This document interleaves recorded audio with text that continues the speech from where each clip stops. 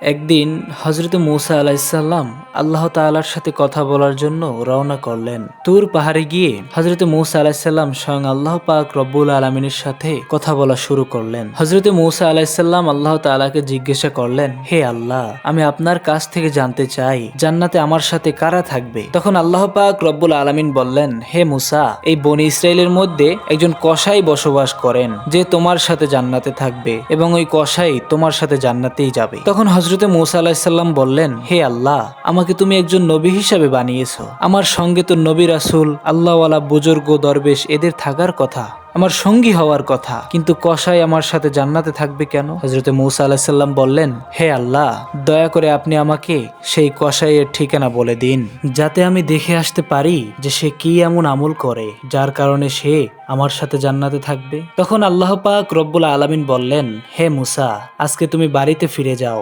কিছুদিন পরে আমি তোমাকে ডেকে নিব এবং আমি তোমাকে সেই কসাইয়ের ঠিকানা বলে দিব। তখন হযরতে মূসা আলাইহিস সালাম আল্লাহ পাক রব্বুল আলামিনের কথা শুনে বাড়িতে ফিরে আসলেন। এভাবে বেশ কিছুদিন অতিবাহিত হয়ে গেল। একদিন হযরতে মূসা আলাইহিস সালাম কোনো এক জায়গায় সফর করার উদ্দেশ্যে রওনা করলেন। যখন তিনি রাস্তা দিয়ে যাচ্ছিলেন, তখন তিনি দেখলেন পথিমধ্যে একজন মহিলা কান্নারত অবস্থায় দাঁড়িয়ে আছে। মহিলা হযরতে মূসা আলাইহিস সালামকে দেখা মাত্রই তার কাছে আসতে লাগলো এবং সেই মহিলাটি বললেন, হে আল্লাহর নবী মূসা, আপনি তো আল্লাহর সাথে কথা বলার জন্য তুর পাহাড়ে যাচ্ছেন। যদি আপনি তুর পাহাড়ে যান, তাহলে দয়া করে আমার বিষয়ে আল্লাহর সাথে একটু কথা বলবেন। মহান আল্লাহ তাআলা আমাকে কেন সন্তান দান করেননি? আমার বিবাহের কয়েক বছর হয়ে গেল, তবুও এখন পর্যন্ত আমি কোনো সন্তানের মা হতে পারিনি। আল্লাহ পাক রব্বুল আলামিনের কাছে গিয়ে বলবেন, আমি কি কখনো মা হতে পারবো না, নাকি আমার কোনো ভুলের কারণে আমাকে কোনো সন্তান সন্ততি দান করছেন না? তখন হযরতে মূসা আলাইহিস সালাম বললেন, ঠিক আছে, আমি আল্লাহ পাক রব্বুল আলামিনের কাছে তোমার ব্যাপারে অবশ্যই জিজ্ঞাসা করব।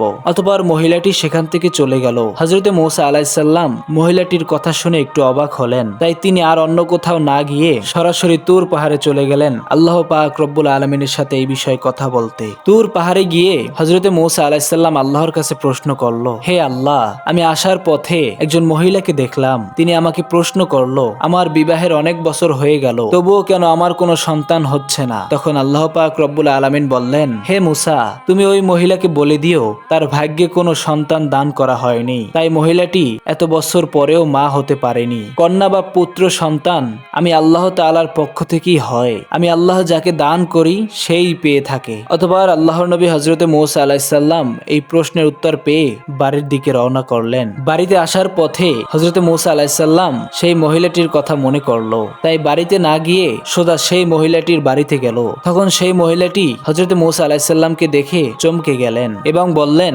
হে আল্লাহর নবী মূসা, আপনি কি আল্লাহর কাছ থেকে এই প্রশ্নের উত্তর জেনে এনেছেন? তখন হযরতে মূসা আলাইহিস সালাম বললেন, মহান আল্লাহ তাআলা বলেছেন, তোমার ভাগ্যে কোনো সন্তান দান করেননি, তাই তুমি কখনো মা হতে পারবে না। এই কথাটি শোনার পরে মহিলাটির চোখ অশ্রু জলে ভরে গেল এবং অনেক কান্না করতে লাগলো। অতঃপর হযরতে মূসা আলাইহিস সালাম সেখান থেকে চলে আসলেন। এই ঘটনার কিছুদিন পরে একজন আল্লাহওয়ালা বুজুর্গ, এক ফকির ওই মহিলাটির বাড়ি গেল এবং বাড়িতে গিয়ে বলল, বাড়িতে কি কেউ আছেন? আমি একজন বুজুর্গ ফকির, অনেকদিন ধরে আমি কিছুই খাইনি, আমার খুব খিদে পেয়েছে, দয়া করে আমাকে কিছু খেতে দিন। নিশ্চয়ই আল্লাহ পাক রব্বুল আলামিন আপনাদের নিয়াত পূর্ণ করবেন। অতঃপর মহিলাটি ফকিরের এই কথা শুনে তাকে ঘরে আসতে দিল এবং ফকিরকে কিছু রুটি খেতে দিল।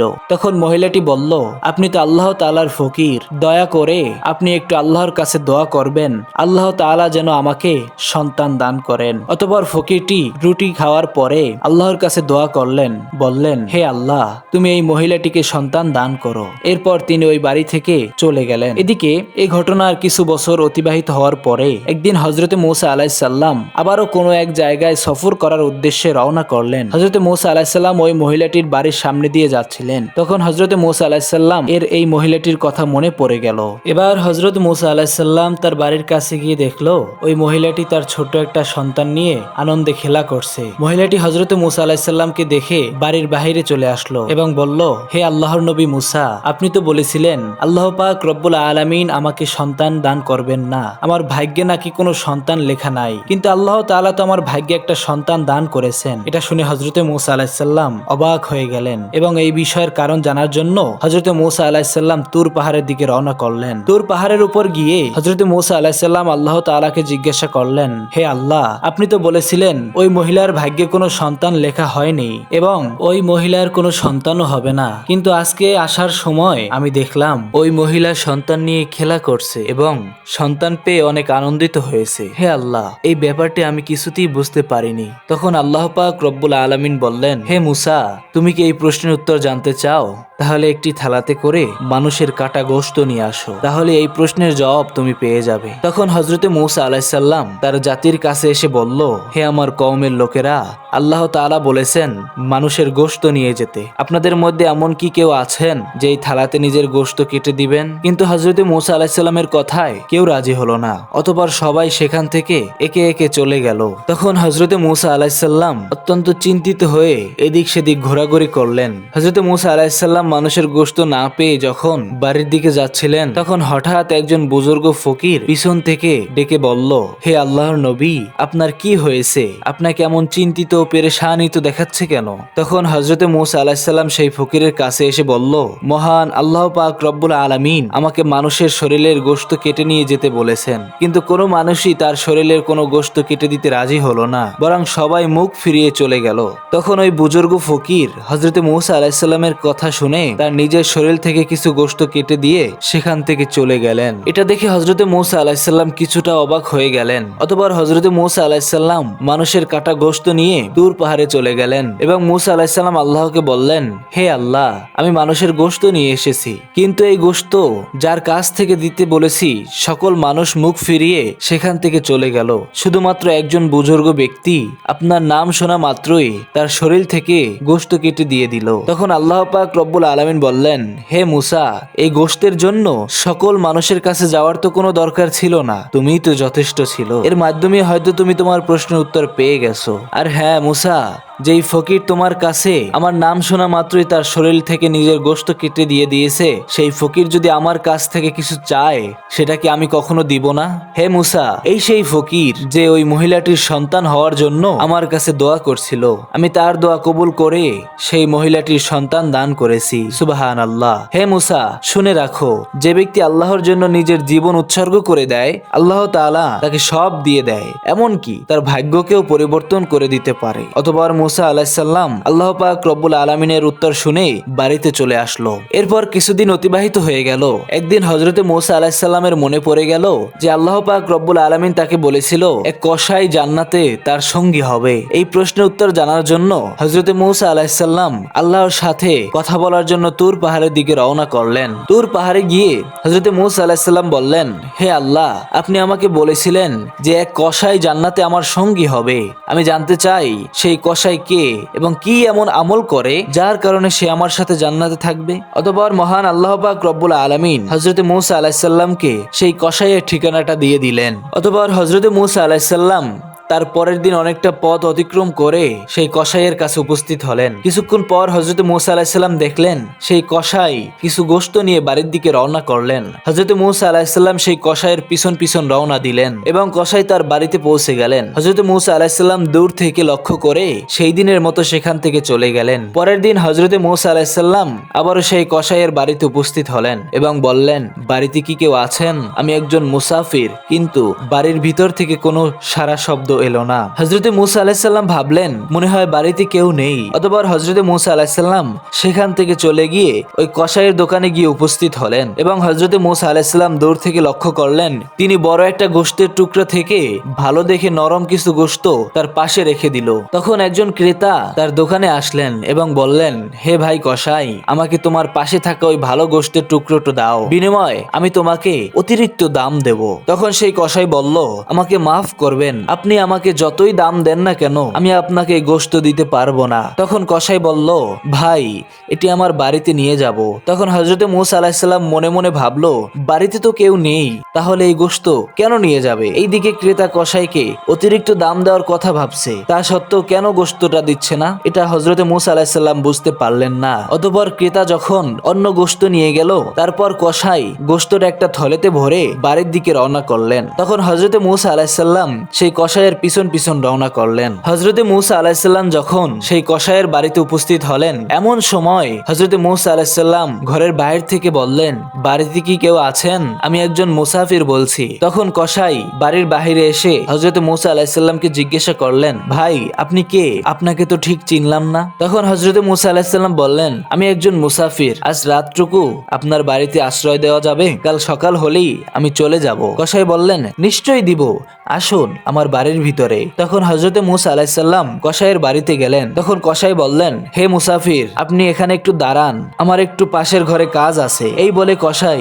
ঘরের দিকে রওনা করলেন। হযরতে মূসা আলাইহিস সালাম দেখলেন কসাই পাশের ঘরে গিয়ে একা একা রুটি বানাচ্ছে এবং গোশত রান্না করছে। অতঃপর হযরতে মূসা আলাইহিস সালাম দেখলেন ওই কসাই একটা বৃদ্ধা মহিলাকে আস্তে আস্তে আদরের সাথে নিয়ে আসছে। অতঃপর গোশত এবং রুটি বৃদ্ধাকে খাইয়ে দিচ্ছে, খুব স্নেহের সাথে খাইয়ে দিচ্ছে। ঠিক তেমনি ভাবে একটি শিশুকে তার মা আদরের সাথে খাইয়ে দেয়, ওই বয়স্ক বৃদ্ধাকে তেমনি ভাবে খাইয়ে দিচ্ছেন। কিছুক্ষণ পর কসাই হযরতে মূসা আলাইহিস সালামের কাছে রুটি এবং মাংসের থলি নিয়ে আসলো এবং বললেন, ওহে মুসাফির ভাই, এই নাও তোমার খাবার। তোমার খাবার দিতে আমার একটু দেরি হয়ে গেছে। তখন কসাই বলল, আমার একটু কাজ ছিল, এই জন্য তোমাকে আগে খাবার দিতে পারি নাই। হযরতে মূসা আলাইহিস সালাম বললেন, ঠিক আছে, কোনো সমস্যা নাই, তুমি আগে বলো এই বৃদ্ধা মহিলাটা কে? তখন কসাই বললেন, এই বৃদ্ধা মহিলাটি হলো আমার মা। আমার মা ছাড়া এই দুনিয়াতে আমার আর কেউ নেই, আর আমার মায়েরও আমি ছাড়া তার আর কেউ নেই। আমার মা বৃদ্ধা হয়ে গেছে, ভালো করে চলাফেরা করতে পারে না, ভালো করে খেতেও পারে না, তাই আমি প্রতিদিন নরম নরম গোশত একটি আলাদা জায়গায় রেখে দেই এবং বাড়িতে এসে মাকে রান্না করে খাইয়ে দেই। এই কথা বলার পর কসাই সেখান থেকে চলে গেলেন এবং হযরতে মূসা আলাইহিস সালাম কসাইয়ের মায়ের প্রতি এত ভালোবাসা দেখে হতভম্ব হয়ে গেলেন। অতঃপর হযরতে মূসা আলাইহিস সালাম পাশের ঘর থেকে লক্ষ্য করে দেখলেন কসাইয়ের বৃদ্ধা মা কান্না করে দুই হাত তুলে দোয়া করতে লাগলো, ওগো আল্লাহ, তুমি রহমানুর রহিম, গফুরুর রহিম, তুমি সবকিছুরই খবর রাখো, পৃথিবীতে এমন কিছু নেই যে তার খবর তুমি রাখো না। হে আল্লাহ, আমার ছেলে একজন সামান্য কসাই, এর সেবায় আমি অনেক খুশি। আল্লাহ গো, মা হয়ে আমার ছেলের জন্য তোমার দরবারে দোয়া করতেছি। এই বনি ইসরায়েলের মধ্যে সব থেকে বড় পয়গম্বর হযরতে মূসা আলাইহিস সালাম, তুমি মেহেরবানি করে হযরতে মূসা আলাইহিস সালামের সাথে আমার ছেলেকে জান্নাতে দিও। অতঃপর হযরতে মূসা আলাইহিস সালাম বাড়িতে না গিয়ে তুর পাহাড়ের দিকে রওনা হলেন। তুর পাহাড়ের উপর গিয়ে হযরতে মূসা আলাইহিস সালাম বললেন, হে আল্লাহ, আমি কসাইয়ের বাড়িতে গিয়েছিলাম, কসাইয়ের কাছ থেকে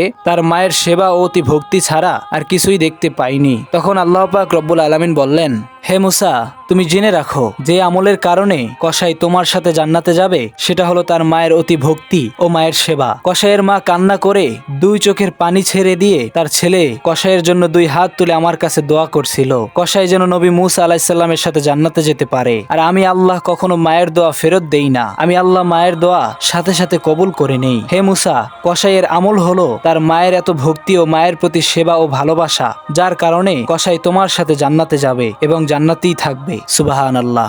একবার হযরত মূসা আলাইহিস সালাম আল্লাহর সাথে কথা বলার জন্য এক জঙ্গলের রাস্তা দিয়ে তুর পাহাড়ের দিকে যাচ্ছিলেন। পথিমধ্যে তিনি দেখতে পেলেন একটি হরিণ তার রাস্তা বন্ধ করে দাঁড়িয়ে আছে। আল্লাহর নবী হযরতে মূসা আলাইহিস সালাম ভাবলেন হরিণটি হয়তো তাকে দেখেনি, তাই হয়তো রাস্তায় দাঁড়িয়ে আছে। এ কারণে হরিণটিকে তাড়িয়ে দিয়ে তিনি সামনে অগ্রসর হওয়ার চেষ্টা করলেন। হযরতে মূসা আলাইহিস সালাম হরিণটিকে তাড়া সত্ত্বেও হরিণটি রাস্তা ছাড়লেন না। এতে তিনি কিছুটা বিরক্ত হলেন। সঙ্গে সঙ্গে আল্লাহ রাব্বুল আলামিন হরিণটির জবান খুলে দিলেন। হরিণটি হযরতে মূসা আলাইহিস সালামকে ডেকে বললেন, হে আল্লাহর নবী মূসা, আপনি কেন আমাকে তাড়িয়ে দিচ্ছেন? আমি কি দোষ করলাম? আমি তো আপনার কাছে একটি অভিযোগ নিয়ে এসেছি। আল্লাহর নবী হযরতে মূসা আলাইহিস সালাম বললেন, হে হরিণ, কি তোমার অভিযোগ? হরিণটি বলল, হে আল্লাহর নবী মূসা, আজ দীর্ঘদিন যাবত কোনো বৃষ্টি হচ্ছে না। বৃষ্টির অভাবে বনের গাছপালার পাতা শুকিয়ে পড়ে যাচ্ছে, নতুন কোনো ঘাসও জন্মাচ্ছে না। বনের পশু পাখি ক্ষুধায় মৃত্যুর কাছাকাছি চলে এসেছে। পশুদের মায়ের স্তনের দুধ শুকিয়ে গেছে, বাচ্চারা দুধের অভাবে হাহাকার করছে। হে আল্লাহর নবী মুসা,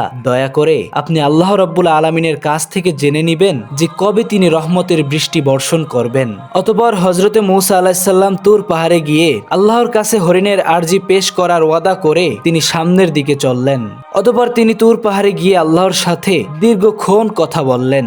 এক পর্যায়ে তিনি বললেন, হে আল্লাহ, আমি আপনার সাথে কথা বলতে আসার সময় পথিমধ্যে আমার সাথে একটি হরিণের সাথে সাক্ষাৎ হয়েছিল।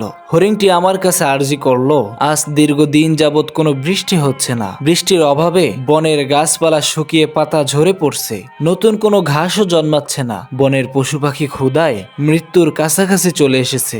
মায়ের স্তনের দুধ শুকিয়ে গেছে, বাচ্চারা দুধের অভাবে হাহাকার করছে। হে রহমানুর রহিম, কবে আপনি আপনার রহমতের বৃষ্টি বর্ষণ করবেন, বনের পশু পাখিদের কষ্ট দূর করবেন? এটি জানতে চেয়েছিল সেই হরিণ। হযরতে মূসা আলাইহিস সালামের প্রশ্নের জবাবে আল্লাহ পাক রব্বুল আলামিন বললেন, হে মূসা, যাও তুমি ওই হরিণটিকে বলে দাও যে 100 বছর পরে বৃষ্টি হবে, তার আগে নয়। আল্লাহ পাক রব্বুল আলামিনের এই কথা শুনে হযরতে মূসা আলাইহিস সালাম বললেন, হে রহমানুর রহিম, হে আল্লাহ, তবে তো বনের সকল পশু পাখি মৃত্যুবরণ করবে, দুনিয়ার কোনো জীবের অস্তিত্বই থাকবে না। আল্লাহ পাক বললেন, হে মূসা, এটাই আমার ফয়সালা। আল্লাহ পাকের কথা শুনে হযরতে মূসা আলাইহিস সালাম আর কিছুই বললেন না। তিনি মর্মাহত হয়ে ফিরে আসতে লাগলেন আর তিনি মনে মনে দোয়া করতে লাগলেন যে ওই হরিণটির সাথে যেন তার সাক্ষাৎ না হয়। কিন্তু সেই হরিণ ঠিকই হযরতে মূসা আলাইহিস সালামের সামনে এসে হাজির হলো। হযরতে মূসা আলাইহিস সালাম হরিণকে দেখে কিছুই বললেন না, কিন্তু হরিণটি তখন বলল, হে আল্লাহর নবী মূসা, কি ব্যাপার, আপনার মুখ বেজার কেন?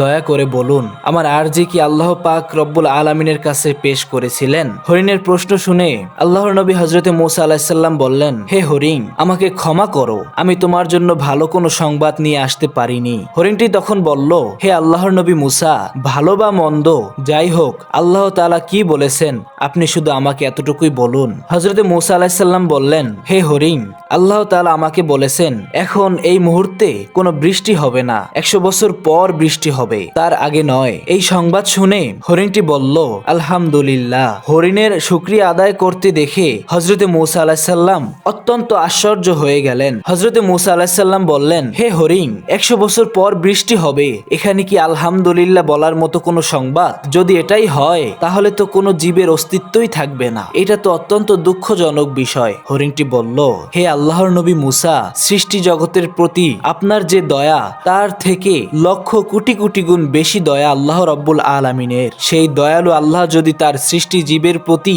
100 বছর পর বৃষ্টি বর্ষণ করা শ্রেষ্ঠ মনে করেন, তবে তার এই সিদ্ধান্তের মধ্যে আমি সন্তুষ্ট। আমি ভালো করেই জানি আল্লাহ যা করেন সৃষ্টির ভালো এবং মঙ্গলের জন্যই করেন। এই বলে বনের হরিণ বনে চলে গেল আর হযরতে মূসা আলাইহিস সালাম বাড়ির দিকে রওনা করলেন। কিন্তু আল্লাহর কি রহমত, বাড়ি পৌঁছার আগেই আকাশ মেঘাচ্ছন্ন হয়ে গেল এবং কিছুক্ষণ পরেই জমজম করে রহমতের বৃষ্টি বর্ষণ হতে লাগলো।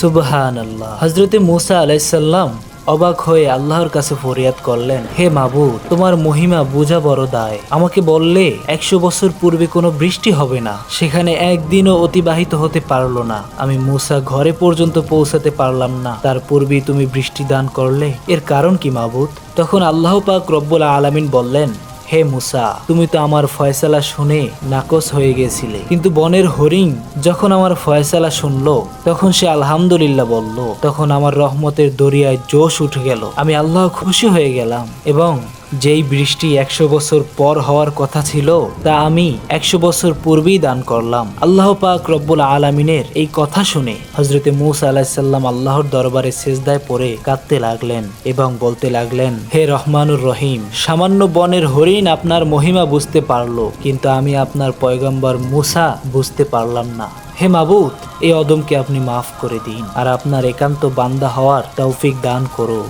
আমিন। প্রিয় দর্শক, এই ঘটনা থেকে আমরা শিক্ষা গ্রহণ করতে পারি এই যে যত বড়ই বিপদ আমাদের জীবনে আসুক না কেন, আল্লাহর উপর যদি ভরসা রাখি তাহলে আল্লাহ পাক রব্বুল আলামিন আমাদের সব বিপদ আপদ থেকে মুক্তি দিবেন। আল্লাহ পাক রব্বুল আলামিন এই ঘটনাকে কেন্দ্র করে আমাদের আমল করার তৌফিক দান করুক, আমিন। দেখা হচ্ছে পরবর্তী ভিডিওতে। সবাই ভালো থাকবেন, সুস্থ থাকবেন। আসসালামু আলাইকুম। ভিডিওটি ভালো লাগলে চ্যানেলটা সাবস্ক্রাইব করে আমাদের পাশে থাকবেন। এতক্ষণ আমাদের সাথে থাকার জন্য আপনাদেরকে জানাই অসংখ্য অসংখ্য মোবারকবাদ।